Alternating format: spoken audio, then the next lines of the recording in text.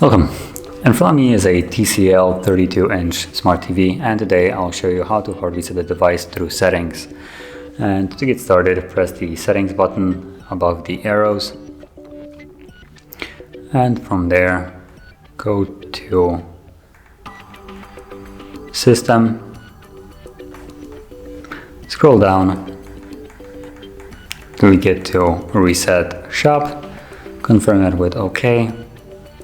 Put in the password, which is by default set to 1234. Confirm it by selecting OK. Give it a second.